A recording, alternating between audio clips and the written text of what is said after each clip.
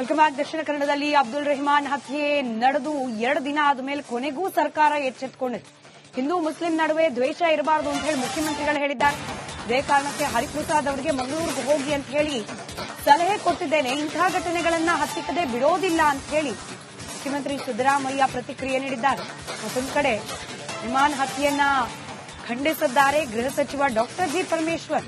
ಕಾನೂನಿನ ಭಯವಿಲ್ಲ ಅಂತ ಹೇಳಿ ಮನಸ್ಥಿತಿ ಕಾಣ್ತಾ ಇದೆ ಅಂತ ದಿನೇಶ್ ಗುಂಡೂರಾವ್ ಪ್ರತಿಕ್ರಿಯೆ ನೀಡಿದ್ದಾರೆ.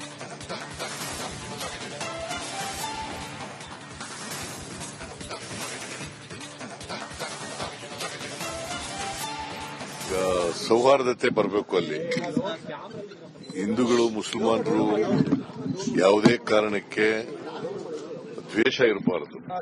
ಆ ಸೌಹಾರ್ದತೆ ಬರಬೇಕು. ಅದಕ್ಕೆ ಸುಮ್ಮನೆ ಚರ್ಚೆ ಮಾಡ್ತಾ ಇದ್ದೀನಿ. ನಾನು ಹರಿಪ್ರಸಾದ್ಗೆ ನೀನು ಹೋಗಿ ಬರ್ರಿ ಮಂಗಳೂರಿಗೆ ಅಂತ ಹೇಳ್ತಾ ಇದ್ದೆ. ನೋಡಪ್ಪ, ಯಾರೇ ಎಷ್ಟೇ ಪ್ರಭಾವಿಗಳಿದ್ರು ಕೂಡ ಕಾನೂನು ರೀತಿಯ ಕ್ರಮ ತಗೋತೀವಿ. ಗೊತ್ತಾಯ್ತಾ? ಯಾರು ಕಾನೂನಿಗಿಂತ ದೊಡ್ಡವರಲ್ಲ.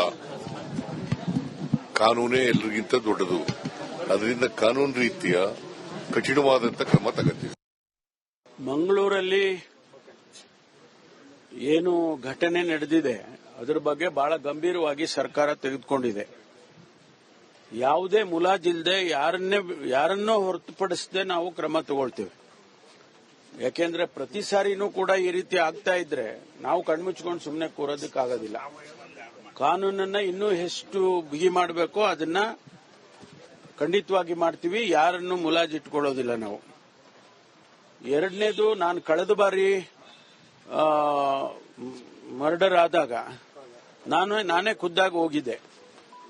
ಆ ಸಂದರ್ಭದಲ್ಲಿ ಅಲ್ಲಿನ ಪರಿಸ್ಥಿತಿಯನ್ನು ಅರ್ಥ ಮಾಡಿಕೊಂಡು ನಾವು ಒಂದು ಆಂಟಿ ಕಮ್ಯುನಲ್ ಫೋರ್ಸ್ ಅನ್ನ ಮಾಡ್ತೇವೆ ಅಂತ ಹೇಳಿ ಬಂದಿದ್ದೆ ನಾನು.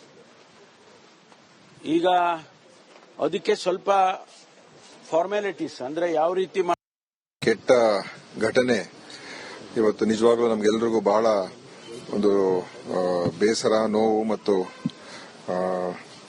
ಇದರಿಂದ ಬಹಳ ನೋವಾಗಿದೆ.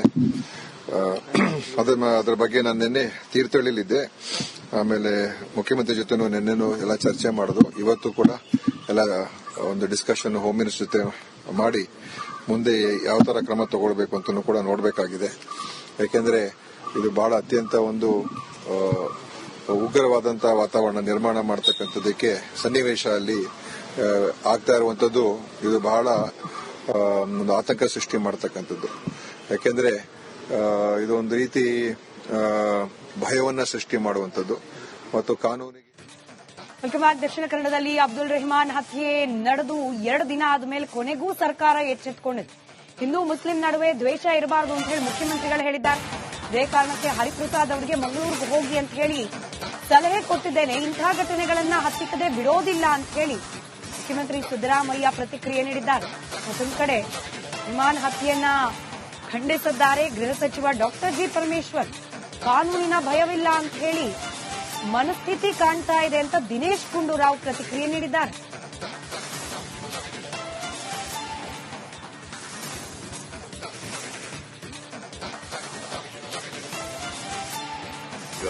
ಸೌಹಾರ್ದತೆ ಬರಬೇಕು. ಅಲ್ಲಿ ಹಿಂದೂಗಳು ಮುಸಲ್ಮಾನರು ಯಾವುದೇ ಕಾರಣಕ್ಕೆ ದ್ವೇಷ ಇರಬಾರದು.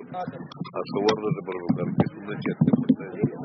ನಾನು ಹರಿಪ್ರಸಾದ್ಗೆ ನೀನು ಹೋಗಿ ಬರ್ರಿ ಮಂಗಳೂರಿಗೆ ಅಂತ ಹೇಳ್ತಾ ಇದ್ದೆ. ನೋಡಪ್ಪ, ಯಾರೇ ಎಷ್ಟೇ ಪ್ರಭಾವಿಗಳಿದ್ರು ಕೂಡ ಕಾನೂನು ರೀತಿಯ ಕ್ರಮ ತಗೋತೀವಿ. ಗೊತ್ತಾಯ್ತಾ?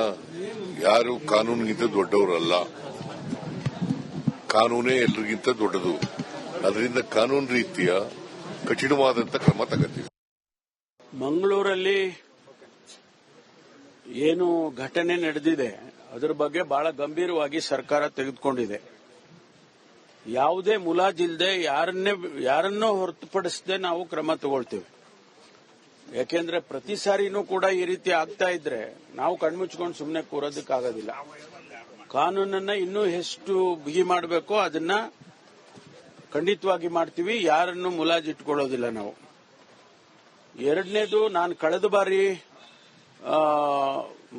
ಮರ್ಡರ್ ಆದಾಗ ನಾನೇ ಖುದ್ದಾಗಿ ಹೋಗಿದ್ದೆ. ಆ ಸಂದರ್ಭದಲ್ಲಿ ಅಲ್ಲಿನ ಪರಿಸ್ಥಿತಿಯನ್ನು ಅರ್ಥ ಮಾಡಿಕೊಂಡು ನಾವು ಒಂದು ಆಂಟಿ ಕಮ್ಯುನಲ್ ಫೋರ್ಸ್ ಅನ್ನ ಮಾಡ್ತೇವೆ ಅಂತ ಹೇಳಿ ಬಂದಿದ್ದೆ ನಾನು. ಈಗ ಅದಕ್ಕೆ ಸ್ವಲ್ಪ ಫಾರ್ಮ್ಯಾಲಿಟೀಸ್ ಅಂದ್ರೆ ಯಾವ ರೀತಿ ಕೆಟ್ಟ ಘಟನೆ ಇವತ್ತು ನಿಜವಾಗ್ಲೂ ನಮ್ಗೆಲ್ರಿಗೂ ಬಹಳ ಒಂದು ಬೇಸರ, ನೋವು ಮತ್ತು ಇದರಿಂದ ಬಹಳ ನೋವಾಗಿದೆ.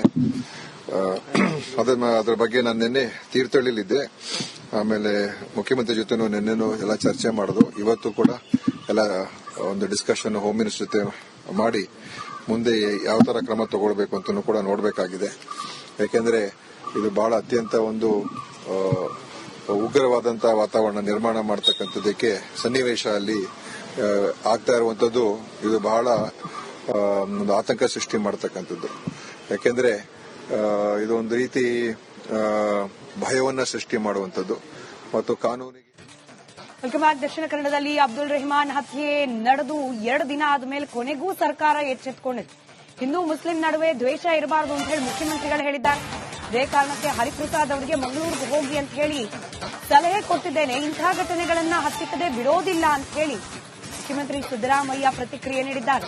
ಮತ್ತೊಂದು ಕಡೆ ರೆಹಮಾನ್ ಹತ್ಯೆಯನ್ನ ಖಂಡಿಸಿದ್ದಾರೆ ಗೃಹ ಸಚಿವ ಡಾಕ್ಟರ್ ಜಿ ಪರಮೇಶ್ವರ್. ಕಾನೂನಿನ ಭಯವಿಲ್ಲ ಅಂತ ಹೇಳಿ ಮನಸ್ಥಿತಿ ಕಾಣ್ತಾ ಇದೆ ಅಂತ ದಿನೇಶ್ ಗುಂಡೂರಾವ್ ಪ್ರತಿಕ್ರಿಯೆ ನೀಡಿದ್ದಾರೆ.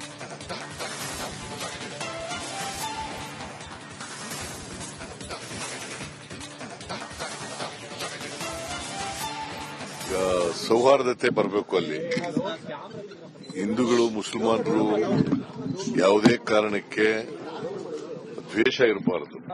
ಆ ಸೌಹಾರ್ದತೆ ಬರಬೇಕಾದ್ರೆ ಸುಮ್ಮನೆ ಚರ್ಚೆ ಮಾಡ್ತಾ ಇದ್ದೆ. ನಾನು ಹರಿಪ್ರಸಾದ್ಗೆ ನೀನು ಹೋಗಿ ಬರ್ರಿ ಮಂಗಳೂರಿಗೆ ಅಂತ ಹೇಳ್ತಾ ಇದ್ದೆ.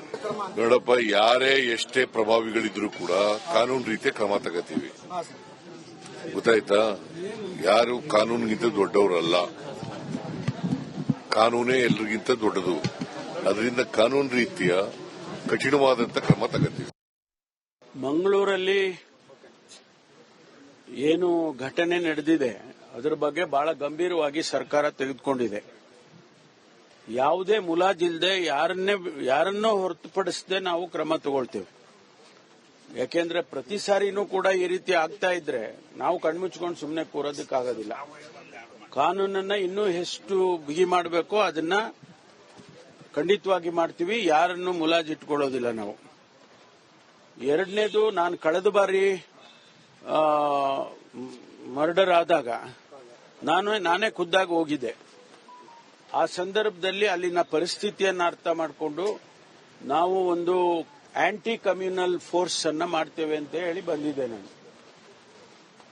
ಈಗ ಅದಕ್ಕೆ ಸ್ವಲ್ಪ ಫಾರ್ಮ್ಯಾಲಿಟೀಸ್ ಅಂದ್ರೆ ಯಾವ ರೀತಿ ಕೆಟ್ಟ ಘಟನೆ ಇವತ್ತು ನಿಜವಾಗ್ಲೂ ನಮ್ಗೆಲ್ರಿಗೂ ಬಹಳ ಒಂದು ಬೇಸರ, ನೋವು ಮತ್ತು